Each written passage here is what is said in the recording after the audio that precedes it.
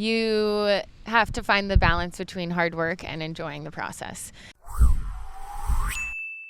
What'd you think of that quick clip that Phoenix threw in there at the beginning of the episode? This is the 192nd episode of the Athletes Podcast, and today we're featuring Zana Muno, a professional beach volleyball player who's playing on the AVP Tour currently, traveling across the world, being the incredible person that she is. She graciously gave us an hour of her time back in her hometown of Hermosa Beach, California, where we were able to sit down, dive deep into what makes Zana tick, a bit about her boyfriend, a bit about her plans after volleyball, and her thoughts on NIL, whether athletes should be compensated to the degree that they are.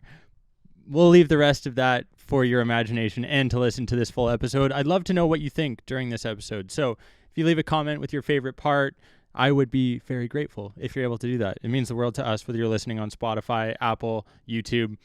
After you're done leaving that comment, hit that subscribe button. If you're new here, it's part of an athlete agreement that we have. We don't ask for anything in return. We're not trying to sell you anything. We'd really appreciate it if you hit that subscribe button. Right now, less than 5% of you watching are actually subscribed, and hopefully we can change that number. Without further ado, this is Zana Muno, professional beach volleyball player, back-to-back national champion with the UCLA Bruins, here with us today on the Athletes Podcast, episode 192. Here we go.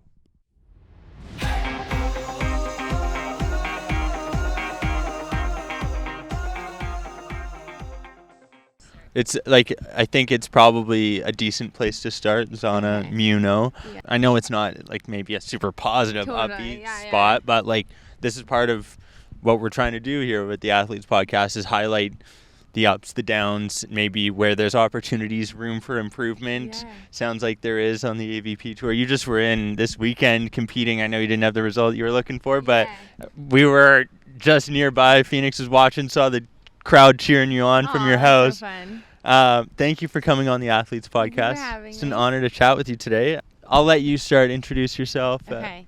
I'm Zana Muno. I live in Hermosa Beach. I grew up in Hermosa Beach, like a few blocks away from where I live, and I'm playing beach volleyball professionally. When you grow up here, it's kind of something that you see every day. I think that some people nowadays, beach volleyball is growing, and people are finding it from all over. But I just sort of fell into it because it's in my backyard. And I went to UCLA, have a brother and parents who play sports, and sports has just been a really big part of my life. I played 3 in high school, and so I'm really excited to be on this podcast. Thank you. Yeah, no, you have a crazy family full of athletes. Yeah. Your mom missing her tour card by 1 stroke. Yeah. Your brother playing in the White Sox organization down in the Mexican League right now. You guys, obviously, you said you fell into it. We're overlooking about 18 different volleyball courts right now. What a place to grow up, hey? Yeah, oh my God. It's like the dream. All of my friends who grew up here were all like, where do we go from here? Like, how do you go up from here? It's like kind of idyllic, and it was definitely a really great childhood. And then, my dad played football in college at Rutgers. And then I have 10 cousins who played Division I sports, so it's definitely a really big part of who we are and our family. So I'm excited to be on the Athlete Podcast. I feel like I resonate a lot with it. I love it. What were those family reunions like? Oh my gosh, we used to have a little grass volleyball court in our backyard, and so competitive. People who never played volleyball were yelling and screaming, and everybody's so good. My grandpa's picking it up so fast, and it's really fun. It makes for a lot of entertainment and a lot of familial support because we've all kind of been in that sports world, so we support each other really hard, which is amazing. That is amazing. I got to start off by asking, are you going to be able to hook Phoenix and I up with a chicken coop? Yes, I can. I would love to. I'm so down for the chicken coop, so whatever you guys need to know, how I can help you build one, whatever you need, I would love to help you. So we were listening to the Sandcast podcast, I believe that's correct, and I was listening to some of the ideas you have to generate income, because beach volleyball isn't necessarily the most fruitful when it comes to dollars being supported. So we were, trying to find out different ways to support you, whether it's kids' lunches or the chicken coop idea, which I love both of those, mainly because the Lunchables should not be what kids are consuming. That's a whole other bridge. Yeah, we could get into nutrition. That, but I don't know. It's a dark rabbit hole. It's unfortunate the way society has progressed in that fashion, but we'll keep it positive. We'll talk about maybe a bit of your upbringing, time at UCLA, You mentioned the McNamara twins. They were episode 32 on the Athletes podcast. I don't know if you knew that. I did not. I grew up probably 20 minutes from them. Oh, no and way. They were in South Delta. I was in South Surrey. And so one of the OGs, we had them online, wasn't as nice as in person. So we'll have to get them on again and chat. But maybe let's start from elementary, high school. You played every sport under the sun. Yeah. So let's. Okay, yeah. So I started out playing soccer. Soccer was like my first love. I did like all the youth USA stuff, and I was like so gung-ho on soccer. And I started club at 3rd grade. And then by 7th grade, I was done. I was just like, this is too much. I was kind of consumed me. And so I was like, I want to try something new. And our family friends were Mike and Patty Dodd. And if you don't know who they are, Mike was an Olympian, a silver medalist in, I believe, the 96 Olympics. And his wife played at UCLA, and both their names are on the pier. And I had no idea all of this about them, but they knew I was athletic enough, and they were like, okay, we'll take you to a volleyball tryout. And I didn't get on the ones team, but they convinced them just to let me on. And they were like, I promise she'll be good. Like, she's terrible now, but she'll be good. So they kind of vouched for me, and then I got on that team, and I've been playing volleyball ever since. So I'm super grateful for them. And then in high school, once I got to high school, my brother actually went to Notre Dame High School, and he went because he wanted to play more than one sport. He wanted to play baseball and he wanted to play football, and most schools around here were really specialized, and they didn't want to let him do that, and Notre Dame High School encouraged that. And so it's like a 22-mile drive from my house, but it took about an hour and 30 minutes with traffic. So Parents love that. Yeah, so we did that, and he did that, and so I followed suit, and I played soccer, volleyball, and track there, and also played club volleyball and club soccer. So I was really active to say the least. And then my summer going into my sophomore year, I committed to UCLA. In retrospect, it was like really early. Oh. Like, I think that they've changed rules since, but it was like 16 or 17, and I feel like I'm glad that they've changed those rules, because I don't know what I wanted when I was a freshman in high school. Yeah. And then went to UCLA for indoor and beach. That's a big reason that I chose it. I wanted to do 2 sports. I was still not ready to just commit to one, and they gave me that opportunity, and played 4 years of indoor and 3 years of beach, and then we won 2 national championships and called it a wrap. And yeah, mic drop there. No big deal. I had another year of eligibility, but I was kind of exhausted from playing the 2 sports in college. Was a lot. And then now I've been playing on the AVP and a little bit of the World Tour since. Playing with so many different partners, crushing it with everyone. Doesn't seem to matter who you play with. No, I have had the opportunity to play with a ton of people, and that's kind of been my MO. I've been trying to change it a little bit, but I have had the opportunity to play with a ton of people and had like a lot of fun and been able to learn from so many people, so I definitely would not have changed that. But I did play with the McNamara's at UCLA, and they're such good friends now. It's always like the best when we're like, are you going to this tournament? And they're like, yes. And we're like, yay. Like, we'll like hang out, go. We like both love food, and we get to go to like good restaurants. It's kind of nice because we met each other, I think, when we were freshmen or sophomores in high school. We did like a youth national team tournament in Puerto Rico. I think that was the first time we met.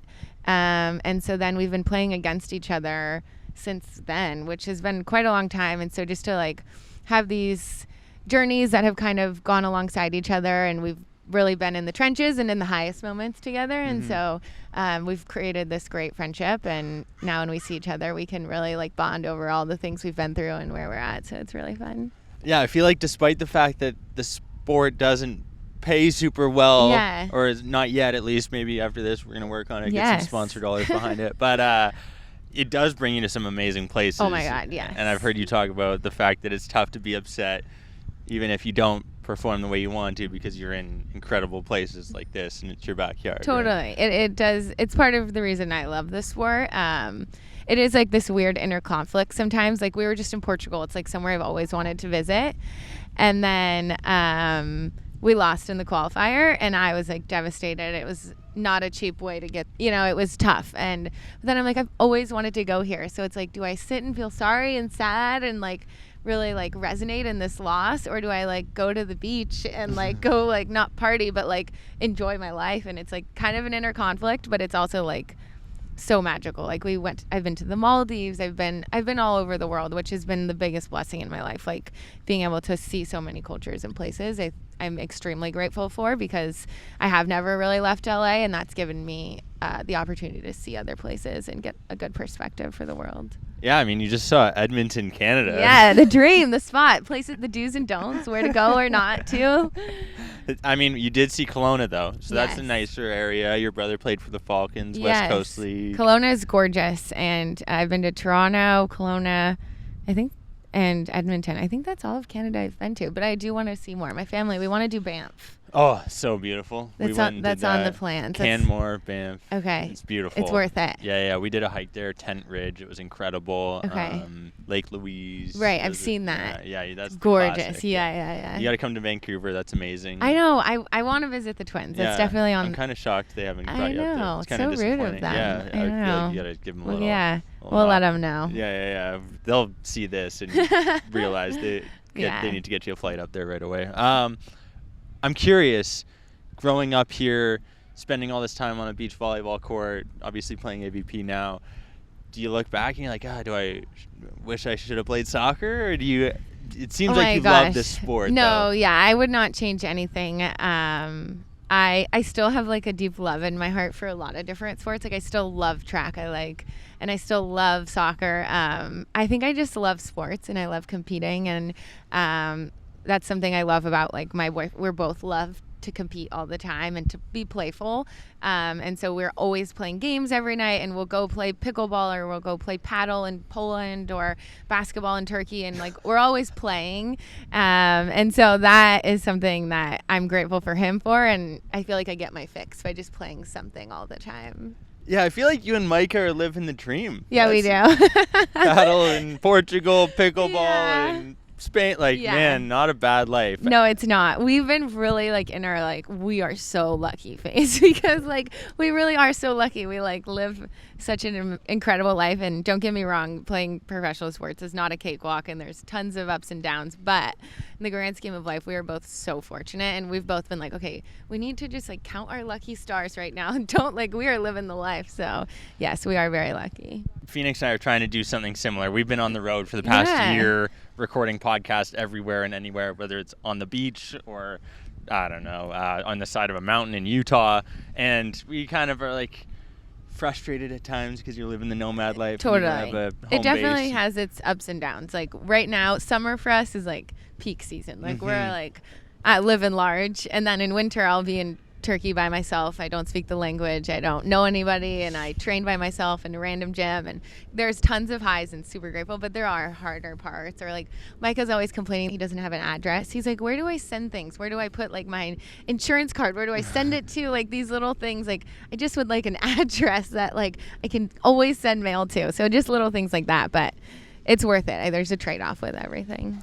Pros and cons. And I think one of the things that has changed is the NIL rules in sport, maybe the opportunity to monetize. I heard you had like an interesting opinion on it though, so I was curious. Wait, have I talked about this on other things? I don't know. But yeah, I do have an interesting opinion. I don't know. I feel that I was so spoiled at UCLA. I was given so many opportunities, and I think maybe it's in retrospect, I feel this way because of beach volleyball and the very limited resources that there are. I feel like we were given so much. And I feel that there's something really special about playing for a school and just being grateful for getting your education paid for, because I know a ton of people who would like have died to not have debt when they graduated college. And I just think that it loses its value a little bit when high schoolers are signing for millions of dollars to play. You know, I just feel like there's something really special about then becoming pro. And I don't know. I have a little bit of mixed feelings for it. I think that there are sports like basketball and football where they earn that money and they have the right to that. But then, I don't know. I think for smaller sports where it's not creating this millions of dollars revenue for the school, where getting like a Nike Christmas when you walk in on your first day of freshman year, that is like, enough. And I don't know, we just live in a world of excess that I feel like, I don't know, I have mixed opinions. That's a great way to describe it. I'm constantly hearing, oh, it's great because we're getting athletes paid, which is great. Totally. Don't get me wrong. But I also kind of share that opinion, not having gone through it, so I'm speaking having just viewed and seen a lot, but it does change the dynamic. Yeah, for and sure. You do now have 18, 19, 20-year-olds choosing where they're going based on how much money they can make, not based on the education they're receiving. Right. They're now making decisions. Their parents might be making decisions on their behalf. So all of these things come into consideration, and it's such a difficult thing. It is interesting. There's a lot that goes into it too. And I think even at the pro level, it's difficult because you have, like I talked about this with Phoenix Copley, starting goalie for the LA Kings, around equity and athletes and how they perform could dictate what a team's worth. And Washington Commanders just sold for $8 billion, and the players that played on that team didn't receive any of that money, but they contributed towards how that franchise continued to gain monetary value. So it's always an interesting dynamic, right? And I think, I don't know, it's not as prevalent in beach volleyball, maybe, to your point, but it's a fine line, and I think hopefully it can be figured out. It's still so new, right? That's the one thing. Right. Yeah, I don't know. I think there's good and bad to everything, and I think that's one of those things. I think, too, again, as a professional athlete who is sort of trying to find her way, I think it also takes away from the professionals. It takes a lot of the money that there is, and it pushes it towards kids who already have their coaching, their travel, their food, everything paid for. And so I think that's a selfish thought, but that is something that does lure in the back of my mind when thinking about these resources going to kids who already are on a full scholarship with a stipend, and all their resources are given to them already. Well, and now content creators are getting money instead of pro athletes. Yeah. And they're receiving it because they can get those million views on TikTok despite not having any of the athletic pedigree. Totally. Which is such a shame. Spencer Dinwiddie of the NBA, the Nets, I believe, he just launched this app website called Catalyst, which is a Web3 based thing. I don't know if you've heard of it. And they're focusing on trying to compensate athletes, content creators, the same, because especially female athletes, and this is something I really wanted to highlight, is the fact that there is not enough support as far as brand deals, because I think I saw some crazy stats where it's 80% of female athletes rely on brand deals. Yeah. And you probably know this better. Totally, yeah. How difficult is it for you acquiring brands? I know you're working with Andrew in Othello Group. And how's that been helping? Yeah, it's been great. I think, like you said, it's just tough because, as I talk about this all the time, but we've lost our value a little bit as athletes to brands, because it used to be they were seen on, we'd share the views of how many viewers watched our game. Instead, now it's how many Instagram followers do you have, and it just discredits the athlete and what their value is as an athlete. And I even struggle with it on, this is a lucky place to be, but I have a lot more Instagram followers than a lot of other players, and it's hard for me because it's no, these players are better. They've accomplished so much. They deserve so much because they're great athletes. And again, I'm grateful, and I'm not complaining by any means, but it is I feel it's almost undeserved, or I don't know, there's the value of your work really gets diminished by social media. And it's just it's a sad place to be for athletes, I feel, because Instagram models or content creators which are incredible. I have tons of respect for content creators because I've tried to create content and it's freaking hard. So again, I have so much respect, but we lose value. And so to survive and to play our sport, we need that value. And now I'm playing up the social media game because that's how I can find a means to do what I want to do. And so it's definitely super challenging, and it is the way that I would say 70% of beach volleyball players support their beach volleyball career if they don't pick up a side job.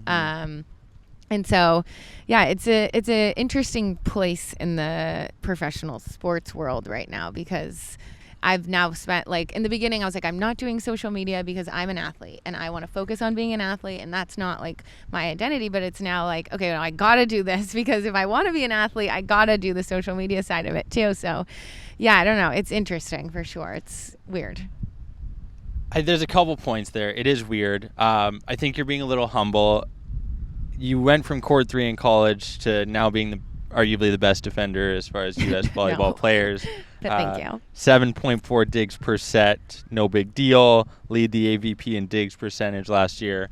I think you saying what you said there is you're just having to adapt to the times. Right, yes. Right? And ultimately, it's a game.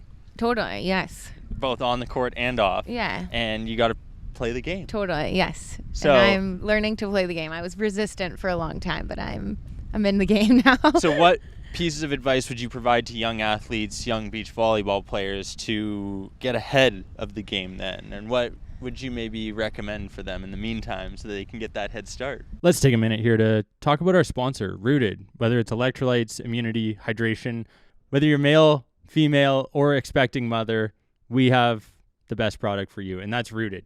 Everything you need all in one. Stop taking 20 different supplements in the morning, evening. Just take this ready to go pack with your breakfast, and you'll feel amazing throughout the day. I take it every single morning. My parents are on it. Phoenix's parents are on it. It's the best stuff. We can't thank you enough. We actually got it hooked up to have their best discount code available. So if you use the code AP20 at checkout, that's rooted.com, and use the code AP20 at checkout, you yourself can get 20% off. Let us know down below what one you use and when you prefer to take it during the day. Now, let's get back to Zana Muno, episode 192 of the Athletes Podcast. Thanks for being here. I think you have to develop the social media presence, and it doesn't have to be hard or forced. I think do it authentically is the best advice that I could give. I think that since I was in college, I've been pretty authentic in my social media presence. And at times when I'm trying to figure out my own identity, it can be challenging to be authentic, but trying to remain true to that is like the biggest thing that I think has helped where I'm at in my social media, because people respond really well to when you're honest and truthful. And so I think like developing your identity on social media, whatever that may be and whatever you're passionate about and whatever you love, but just start doing it organically and like what feels right to you, but start doing it. Yeah. Since you are talking about being honest, open, I have to ask, like, are you able to make enough for it to be a full-time job? Are you having to source out other opportunities? Is it like brand deals? Is it like a 50-50 split? I think in the next like few months, I should be able to do it, I think, full-time. That's definitely the plan and what I'm working towards, but I think that if I were a little bit more open with what came my way, I could do it full time, but I've been pretty particular with what I choose to represent. And so that has also been challenging because I don't get the dollars right away, and I don't have a long list of supporters, but I have supporters that I really align with. And I think that's more valuable and creates long-term brand deals instead of just spin-offs, which are more lucrative in the long term and are also feels right to me. And so that feels good. And I'm happy that I've done that. It's been hard sometimes where I turn down things. Kudos to you for doing that. Yeah, no, it is definitely challenging because like sometimes, especially when the dollars aren't big in my profession, and something comes my way, it's like, oh, wow, that is shiny and nice, and that would be super helpful and could help do X, Y, and Z. But I think in the long run, it's starting to show that it's been worth it to sort of stave off those. I could not have said that any better, and you look way better saying it than I did. So thank you for like highlighting that, because we've been doing this for 4 years. We see shiny objects coming through all the time, and it's tempting. Totally. Trust me, like, Totally. And you know it probably better than we do. And it's difficult to say no in the short term, but like you said, those long-term deals are worth so much more, and your audience will appreciate the fact that you're not selling snake's oil, and like that's the way you continue to build your reputation. So keep doing that. Thank you.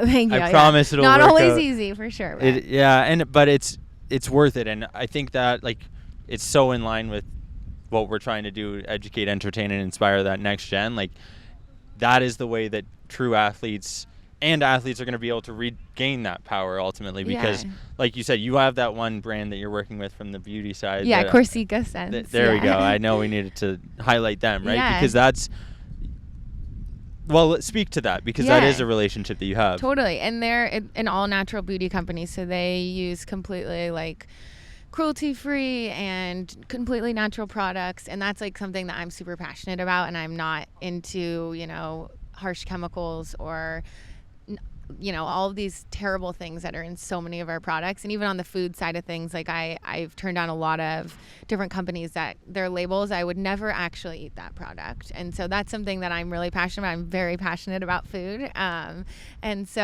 just like what goes into our body and what we put on our body goes into our body. And so this brand, it's all driven from, you know, natural oils, argan oil, and it's like when I first met them, I'm like, yes, like I'm on board with this. This is something that I would love to share and that I will actually use. And that I feel like so good about sharing. And it's like, it's hard for me to create content. It's not something that's natural to me. But when it's something that I actually believe in, it becomes a lot easier. And so that is also something that I found, because it's like, okay, how the heck do I promote this weird bar that I'm never going to eat, you know? But it's like, oh, this like lotion bar that I love and that I take everywhere I go, that's easy, you know? So it makes it a lot easier too. And so I'm super grateful for that partnership. And it is when it does align with what you do, it feels so much better. Speaking of nutrition, what you put in your body, now that we've covered what you put on your body, I know this is something you're super passionate about. Obviously, I think you're mother to 12 chickens, I believe I heard. Yes. Outside of the chickens, what else are you putting in your body from a food standpoint? Are you going organic? What kind of diet? Give us the breakdown. Yeah. I always follow the 80-20 rule, which is like 80% of the time I'm pretty disciplined. I eat paleo. I don't eat a ton of processed foods. I don't eat very much at all. It never makes me feel good. I'm not obsessive about it at all. I don't, there's just things I don't even take a second look at, like a lot of bars and mixes but I just like whole real ingredients. And my brother ate that way in college, and he saw such great benefits. And so he's taught me a ton about sports and just like wellness and mental, but that's a whole nother thing. But so he told me about it and how great it was for him. And so then I started eating paleo. And then 20% of the time I eat ice cream and candy and whatever I want and eat pasta. So that's kind of like my philosophy. But yeah, I do try to eat organic when I am at the store. I kind of live by not going into the inside of the grocery store, just sticking around the perimeter. And I also grow a ton of my own food. I'm super passionate about gardening, and the food system itself is something that I'm really passionate about. I think that as a whole, we're really disconnected from where our food comes from. And so I try to get as close to the source as possible. So farmers markets or growing it myself or, you know, trading with other people who grow things is something that I'm really passionate about, because as a society, we are so like disconnected from, we don't even know, like we have this like fantasy of we go to the grocery store and it's perfect and pretty and it sits there and it's shiny and we just get it every day. And like, especially in America, we have no idea of what seasonal eating looks like, or like we expect strawberries like 12 months out of the year, and if they're not there, we're pissed. And that's not reality. Yeah. What's being sprayed on them, and the fact that the water that comes off of it when you rinse it could be used as a pesticide again. Right. It's scary. It's a really scary place, I think, that we're in as a society, but something that I'm passionate about and love sharing, and that I try to do for myself. And so, yeah, one day I would love to make that a really big part of what I do. And probably after volleyball, I would love to keep educating people on where our food comes from and how to make it easier in our lifestyle, because it's not easy to eat properly these days. And it's not cheap. No, it's so expensive. It's crazy. Talk about a double-edged sword. Hey, you're dealing with a sport where you're having to try and battle for every dollar that you make, and then, oh hey, by the way, if you want to eat healthy, you're gonna have to spend 2, 3, 4x to just eat the same high quality food that you'd expect anywhere instead of eating that processed crap. And it goes like beyond food in that regard. It's like, oh, you want a great trainer? Well, they cost this amount of dollars. You want a good coach? Oh, it costs this. You want to, treat your body right and get massages or do a cold, all of that. It's like, we want to play at the highest level, and we're all most of us are willing to do it. It's just like most of the times we just don't have the means to do so. Well, and it's just such a vicious cycle. Yes. And there's the only way to get out of it is if you start doing that, and then you're like, okay, how do I make sure that I'm still staying true to what I originally wanted to do without giving up? I get fired up. Yeah, it's hard too, I think, because health and wellness is trending in just society, and especially in LA. Now it's just driven prices of everything that we would do normally. Everybody else is like, oh, this is so great, which is great. Everybody should be doing that, but it's made it harder for us to maintain that. And that's why the Athletes Podcast is going to stay free forever. We're never going to charge people because I want to stay true to that. That's and I think awesome. Having access to conversations like this, learning from professionals like yourself who know and understand the value of health, wellness, fitness, putting the right stuff in your body will attribute and lead to success in so many different areas. You talk about health, what you put in your body. It's also going to impact your mental health. Totally. You talked about your brother helping you with that. Obviously, growing up in a family where you've got seems like hundreds of athletes. Yeah. Tell me about the most memorable place this sport has brought you. Oh, wow. The most memorable place. I went to Youth Olympics. Did the I don't know if the McNamara's talked about that at all, but we went. It was in Nanjing, China. Nanjing, China wasn't the most memorable place, but just the facilities and the experience as a whole was very, very memorable. It was all different sports, thousands of athletes, all the countries, opening ceremonies, closing ceremonies, dining halls. It felt like the Olympics for us. And so that was it gave us that, everybody wants to go to the Olympics, and then going to that, I was like, oh my God, no, I need to go. So I think that was the most memorable experience. We took a fifth. I think we lost to the Twins. But yeah, it was just it was a very inspiring moment. It showed me how incredible sports are and how it brings people together and how it's so much larger than just the one sport, and something that I look back on and I think I'll forever be grateful for. And definitely a once in a lifetime opportunity that I'm super, super grateful for. Yeah, that's amazing. That's why we had them on before you. No, I'm kidding. Because they beat me. I think I've never beat them, so sounds right. I'm kidding. No, you guys did win national championships both in 2018 and 2019. Yes. Tell me a bit about what UCLA is like. We talked with Chase Griffin, who's a QB there, and there's something about being a Bruin that's something special. It is something special. And growing up in LA too, it was SC or UCLA, and I've never had SC blood in me ever. It just never felt right. So the Bruins, I don't know. I think there is something about the history of winning there that is very special. I think you're also just surrounded by elite athletes in every field.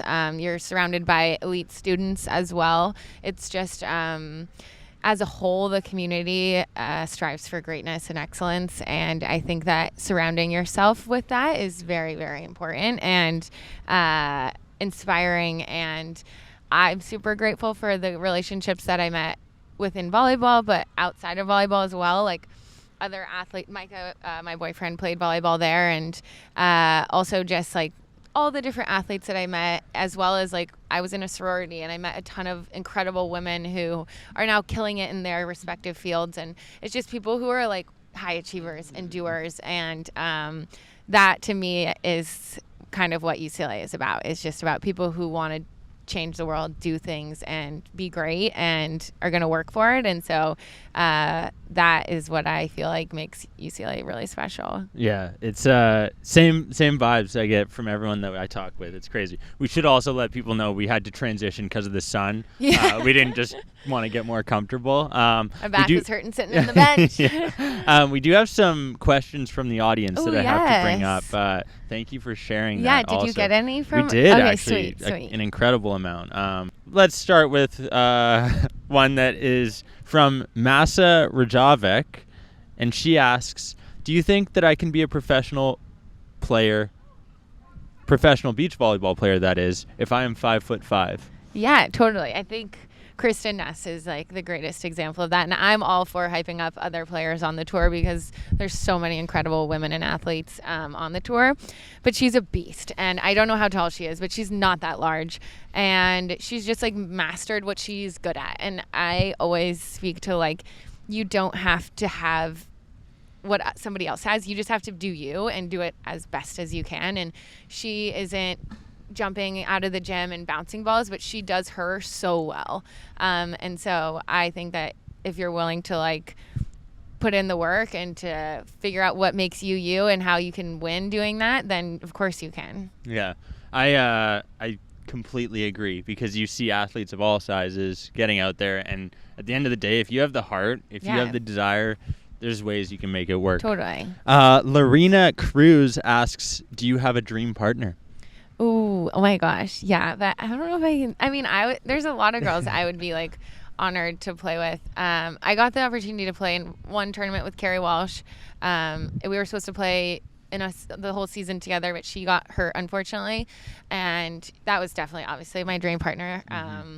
And just even that one experience or the few months that we spent practicing together, she was everything that I kind of imagined and was so much more. And I learned so much from her, just in how she operates, because I've never encountered somebody that I would consider a GOAT like her, like a Kobe Bryant and Michael Jordan. I would put her in that same category. And I've never been able to spend significant amount of time with somebody like that. And obviously very few people do, but she is like, she operates different. And so that getting to see that and witness how she operates was so inspiring and so cool. And like, I was like, this all makes sense.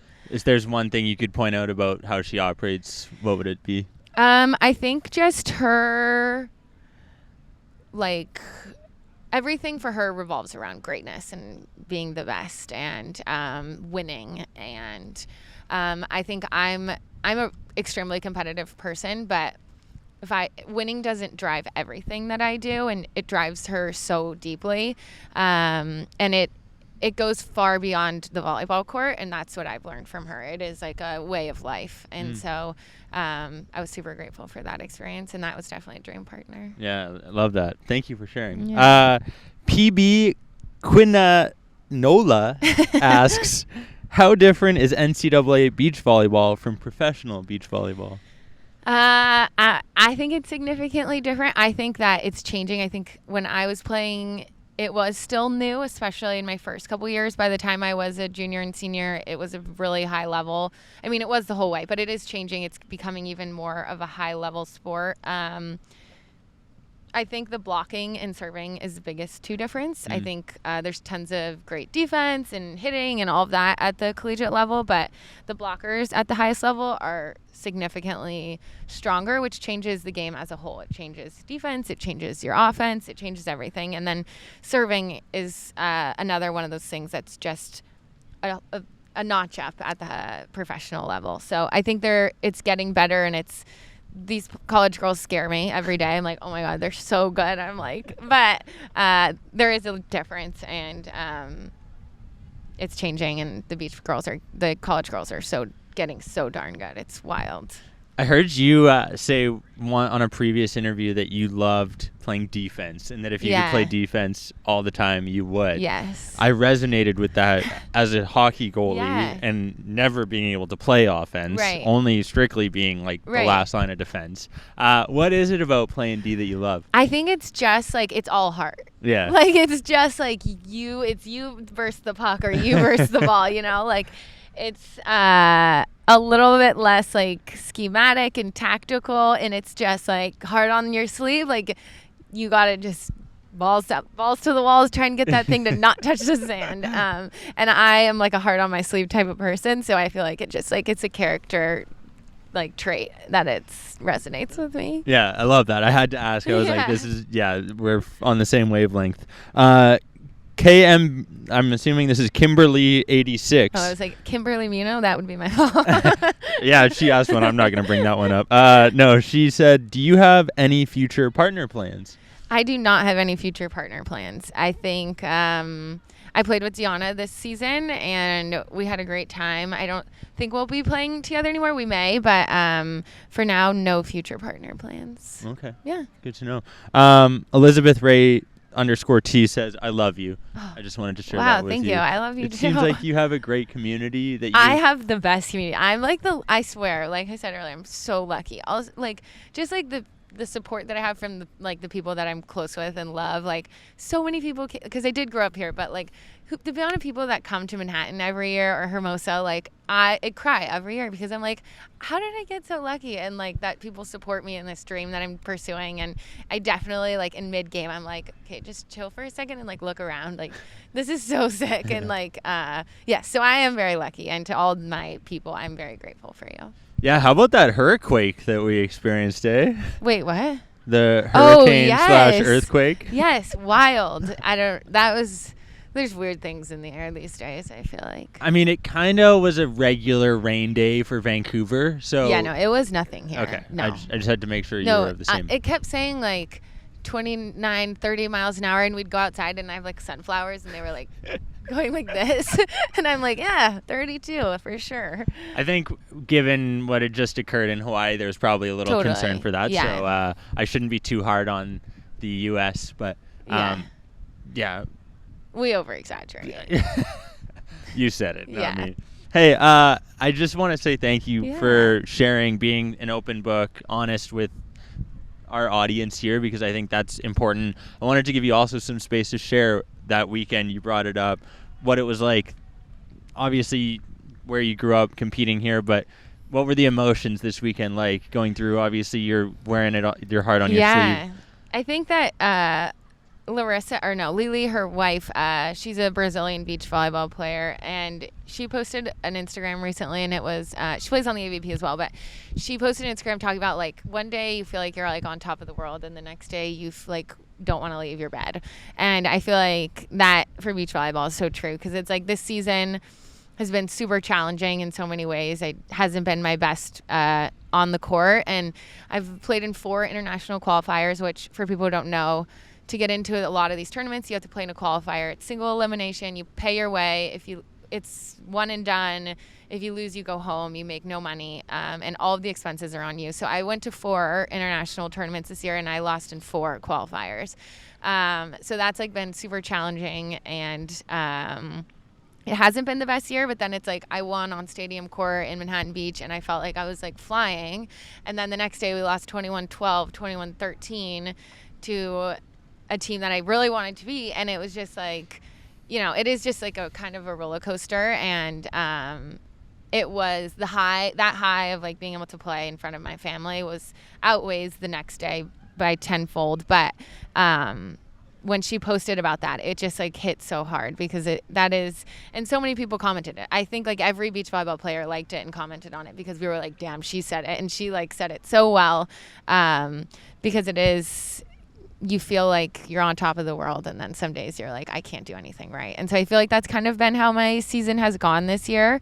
And along the way, always picking up things to learn and improve on, and seeing beautiful countries. But that was like like I remember why I do this, and this is like so fun, and I love it. That was kind of one of those days on Saturday. Yeah. Just for context, can you share what it would cost to attend one international qualifier, roughly, approximately? I, first of all, don't travel cheap, so that's on me. I heard that you could be a travel agent in your future. Yeah, so that's on me, but I have no choice but to most of the time. So I think to Portugal, it costed us like $5,500, and we made 0. So that's tough. But anywhere from like $2,000 to $6,000, I would say. Mexico, that we had one there, which was great, super cheap, easy, not a long flight time. Then we went to Portugal, and we were stuck in airport hotels for 3 nights because all of our flights got canceled. So we're paying for new flights last minute, and we're paying for last minute hotels, and then it just sort of stacks.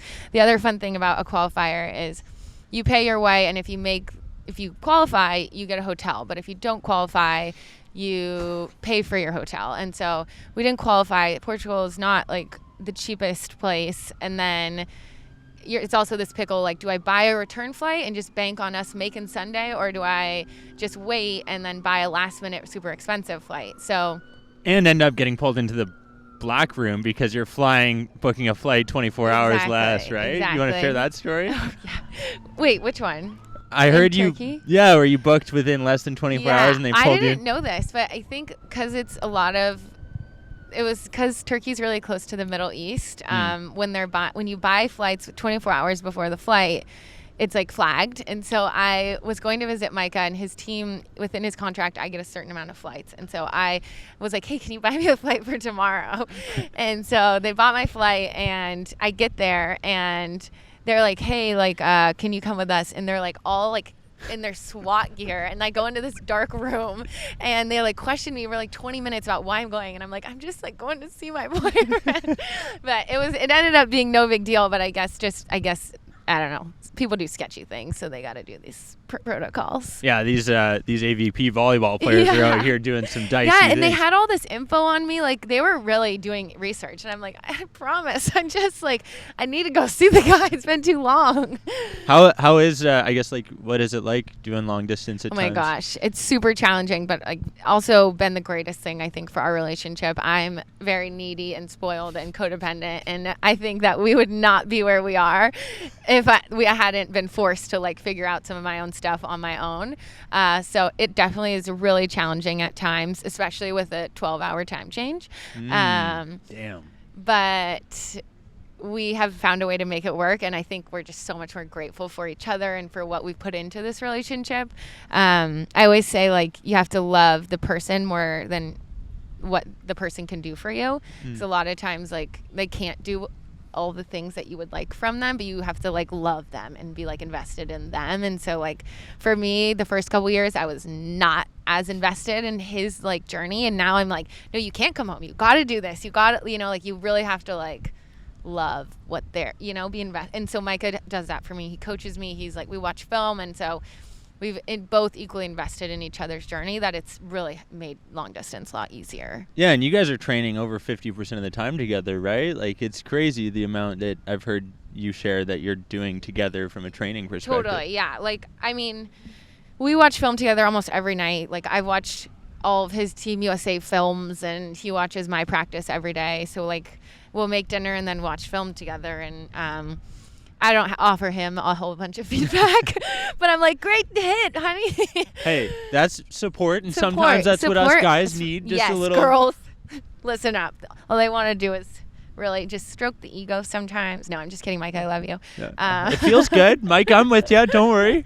Yeah, so we are super invested in each other's careers, and it's like, we found a good balance of it, and it works. That's amazing. Yeah, but Zana, not easy. No? No.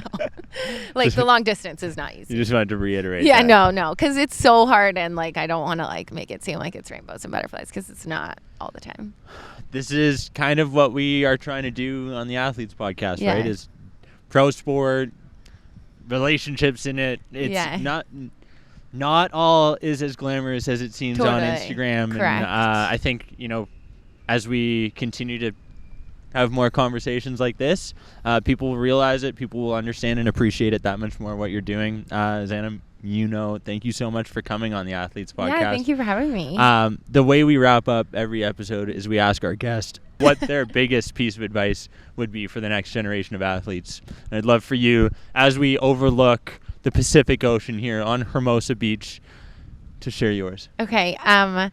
I've said this once, but I believe in it very firmly, that you have have to find the balance between hard work and enjoying the process, because there's a balance to it, and I've been on both sides of the spectrum, and working so hard that you're not enjoying anything and that your body hurts and that you're miserable isn't always worth it. And I've also had too much fun sometimes, and that's also not fulfilling at all. And so finding that balance is a really delicate thing, but it's kind of beautiful when you can find it. That was beautifully put. Thanks. Thank you for sharing. Do you want to share any of those too much fun stories before we leave? Oh my God. College was dark times. No. I don't know. It's not even that I had too much fun. It's just that I wasn't focused. And like, to me, like, I am a goal oriented and I love like achieving things. And when I'm not focused on like whatever is next, that's not a very fulfilling space for me. It's like, I want to be doing things and working. I love to work. And so sometimes like you can be distracted by like, oh, but I want to have fun and I want to go build a chicken coop and I want to go on vacation. But to me, I don't find myself as fulfilled when I'm doing those things. You got a good head on your shoulders. Thanks. Kudos to you. I want to wrap up by giving a shout out to your grandfather. He made both Phoenix and I shed a tear today when you shared a story about the fact that he gave your parents flowers before you were born, because he knew that if you were as beautiful as both they were, as your mom and your grandmother were, that you would receive a ton growing up, and it made us shed a tear. Oh my God. My grandma just texted me like a few days ago and was like, we just listened to your podcast and Grandpa cried. My grandpa's like not a very sensitive guy. Like, he said I love you like 3 times to me in my life. Like, he's really means it when he says things. And he's like, she said it made him cry when he heard that I said that on the podcast. And so that's so sweet. And yes, he is a gem, and it was a very sweet sentiment. Yeah. Micah, make sure you get flowers. That was awesome. Thank you. Thank you so much. Thank you for having me. That was awesome. And that concludes the 192nd episode of the Athletes Podcast. Thank you for being a part of it, listening to today's episode. I can't thank Zana enough for coming on the show. She was a delight to have, sharing her thoughts, whether it's from chicken coops to sustainable farming practices and the food we're consuming on a daily basis. I learned a lot. I can't thank her enough for taking time out of her day mid-season to come in, chat with us. We'll be getting her boyfriend on in the future for those of you who have been asking for it. Micah, big shout out. It also goes to our sponsor, Rooted, for putting this together. If you're interested in working with the Athletes Podcast, becoming part of our organization, we're bringing on an intern. We have an amazing producer, editor behind this camera right now, Phoenix Whalen. She's incredible. You too could be a part of the team. Shoot us a message. Let us know if you got ideas for us, whether it's social media, marketing, website stuff. We're open. We're always looking for new ideas, fresh starts. I'm your host, David Stark. Thank you, folks, for tuning in to the 192nd episode of the Athletes Podcast. We'll see you next week. Bye.